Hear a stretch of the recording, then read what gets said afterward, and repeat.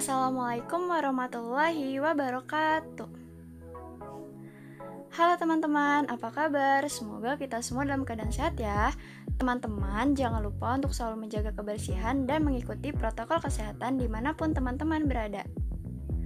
Nah, pada kesempatan ini saya ingin menjelaskan mengenai materi pokok yaitu kesetimbangan fasa. Untuk tahu apa itu kesetimbangan fasa, yuk simak videonya sama-sama. Nah, pada materi kesetimbangan fasa ini terdapat beberapa topik pembahasan. Yang pertama ada pengantar kesetimbangan fasa. Nantinya kita akan mengenal mengenai istilah-istilah yang ada pada kesetimbangan fasa. Yang kedua ada kesetimbangan fasa dan ciri-ciri kesetimbangan fasa. Terdapat definisi dan ciri-ciri dari kesetimbangan fasa. Yang ketiga ada persamaan Clausius dan Clausius-Clapeyron. Nah, pada topik pembahasan yang pertama ini terdapat istilah-istilah sebagai pengantar, yang nantinya istilah-istilah ini kita temui pada materi kesetimbangan fasa. Ada sistem, fasa, komponen, dan derajat kebebasan. Nah, untuk sistem adalah bagian tertentu yang menjadi pusat perhatian, di mana suatu sistem akan mengandung materi.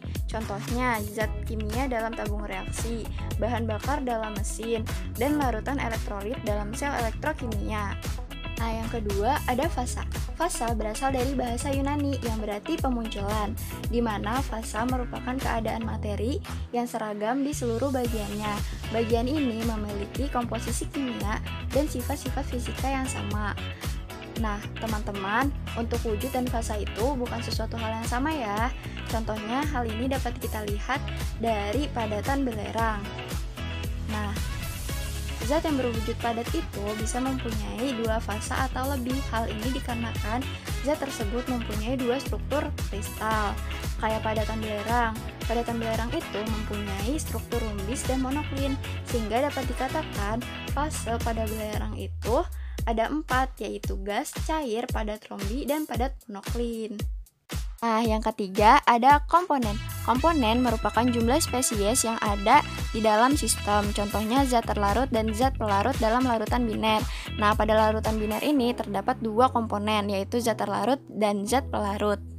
Yang keempat ada derajat kebebasan. Derajat kebebasan adalah jumlah variabel yang diperlukan untuk menentukan keadaan suatu sistem. Variabelnya ini dapat berupa suhu, tekanan, volume, dan lainnya. Nah, teman-teman, sekarang kita masuk ke kesetimbangan fasa. Kesetimbangan fasa merupakan aplikasi dari termodinamika kimia yang khusus membahas keadaan sistem 1, 2, atau 3 komponen yang berada dalam kesetimbangan fasa. Mungkin dengan 1, 2, atau lebih fasa. Nah, untuk definisinya sendiri, kesetimbangan fasa merupakan suatu keadaan di mana suatu zat memiliki komposisi yang pasti pada kedua fasanya, pada suhu dan tekanan tertentu, biasanya itu pada fase cair dan fase uapnya. Nah, selanjutnya untuk ciri-ciri kesetimbangan fasa, sebenarnya ciri-ciri kesetimbangan itu didasarkan pada hukum-hukum termodinamika yang dilihat dari nilai-nilai energi dalam, entalpi, entropi, dan energi bebas Gibbs. Nah, kemudian terdapat syarat-syarat kesetimbangan fasa. Yang pertama, ada sistem memiliki lebih dari satu fasa meskipun materinya sama. Yang kedua, terjadi perpindahan reversibel spesies kimia dari satu fasa ke fasa yang lain. Dan yang ketiga adalah seluruh bagian memiliki tekanan dan temperatur yang sama. Nah, teman-teman yang masih bingung dengan syarat-syarat kesetimbangan fasa dapat kita lihat dari gambar yang ada di samping ya. Nah, gambar tersebut itu merupakan terjadinya kesetimbangan fasa, yaitu antara zat berfasa cair dari air danau dan zat yang berfasa gas dari kabut. Nah, peristiwa tersebut itu sesuai dengan syarat yang pertama, sistem memiliki lebih dari satu fasa, yaitu cair dan gas, meskipun materinya sama, yaitu air atau H2O. Yang kedua, terjadi perpindahan reversibel. Nah, perpindahan reversibel ini adalah perpindahan bolak-balik dari air menjadi kabut ataupun kabut menjadi air. Dan yang ketiga, seluruh bagian memiliki tekanan dan temperatur yang sama. Nah, bisa terjadinya kesetimbangan fasa ini dapat terjadi karena temperatur dan tekanannya itu sama. Kalau misalkan temperatur atau tekanannya itu berubah atau beda, maka akan terjadi perubahan fasa. Dan tidak akan terjadinya kesetimbangan fasa atau kesetimbangan tidak akan tercapai. Nah, teman-teman, pada pengantar kesetimbangan fasa, kita telah mengenal apa itu fasa. Nah, pada kesempatan ini, fasa didefinisikan sebagai setiap bagian sistem yang homogen dan dipisahkan oleh batas yang jelas. Sifat fisik dan kimianya itu berbeda dari bagian sistem yang lain, dan fasa itu dapat dipisahkan secara mekanik. Banyaknya fasa dalam suatu sistem itu dinotasikan dengan P kapital. Berdasarkan banyaknya fasa dalam suatu sistem itu dapat digolongkan menjadi beberapa golongan. Yang pertama itu ada sistem satu fasa. Sistem satu fasa ini terjadi apabila dua cairan yang bercampur, campurannya itu secara homogen. Yang kedua itu ada sistem dua fasa, yaitu contohnya kayak cairan polar dan nonpolar, minyak dan air. Nah, keduanya itu sama-sama cair-cair, namun fasanya itu ada dua dengan batasan yang jelas. Yang ketiga ada sistem tiga fasa, misalnya kayak es, uap air, dan air. Nah, kemudian ada aturan fasa. Jadi, Gibbs mengemukakan tentang aturan fasa, sehingga aturan fasa ini disebut juga aturan fasa Gibbs. Pemahaman mengenai perilaku fasa berkembang dengan adanya aturan fasa Gibbs ini. Nah, aturan fasa merupakan hubungan umum antara varian jumlah komponen dan jumlah fase dalam kesetimbangan, di mana ketentuannya itu adalah F sama dengan C min P plus 2. Nah, kemudian aturan fasa itu dapat diterapkan pada sistem satu komponen.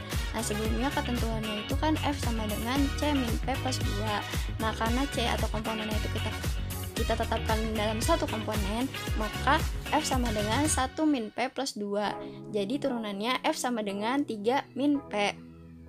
Sistem satu komponen diartikan pada sistem tersebut hanya terdiri dari satu komponen, misalnya air dan uap air, maka komponennya adalah air. Sedangkan fasanya ada dua, yaitu cair dan gas. Nah, kemudian ada diagram fasa. Diagram fasa ini menunjukkan kesetimbangan fasa yang terjadi pada suatu komponen. Pada kesempatan ini, diagram fasa yang digunakan yaitu diagram fasa air atau diagram PTH2O. P atau tekanan digunakan sebagai sumbu Y, sedangkan T atau suhu digunakan sebagai sumbu X. Nah, terdapat garis-garis warna-warni. Garis merah adalah garis sublimasi. Garis merah ini antara fasa gas dan fasa padat. Yang kedua ada garis biru. Garis biru ini adalah garis didih antara fasa gas dan cair. Yang ketiga ada garis pink, yaitu garis beku antara cair dan padat. Kemudian dari garis-garis ini ditemukan satu titik yang disebut dengan titik triple. Titik triple ini adalah titik di mana pada suhu dan tekanan tersebut terjadi kesetimbangan fasa antara gas, cair, dan padat secara bersama-sama. Titik triple atau triple point berada pada kondisi equilibrium, yaitu 4,58 mmHg dan 0,0098 derajat Celcius. Selanjutnya ada persamaan, yaitu persamaan Clapeyron dan persamaan Clausius-Clapeyron. Persamaan ini menghubungkan perubahan tekanan, kesetimbangan, dan perubahan suhu pada sistem satu komponen. Persamaan Clapeyron itu ada dP per dt sama dengan delta H per T delta V. Nah, dP itu adalah perubahan tekanan, dt adalah perubahan suhu, delta H adalah entalpi, T adalah suhu, dan delta V adalah perubahan volume.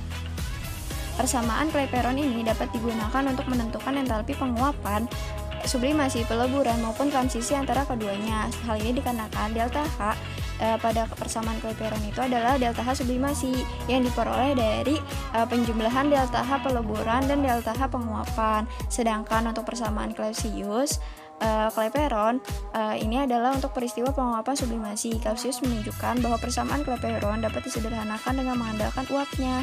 Nah, dengan menggunakan persamaan Clausius per Clapeyron ini, persamaan ini dapat digunakan untuk menghitung kalor penguapan atau sublimasi. Hal ini dikarenakan harga pendekatannya dapat diperkirakan dengan aturan Troughton. Nah, alhamdulillahirobbilalamin. Terima kasih teman-teman yang sudah mau menonton sampai akhir.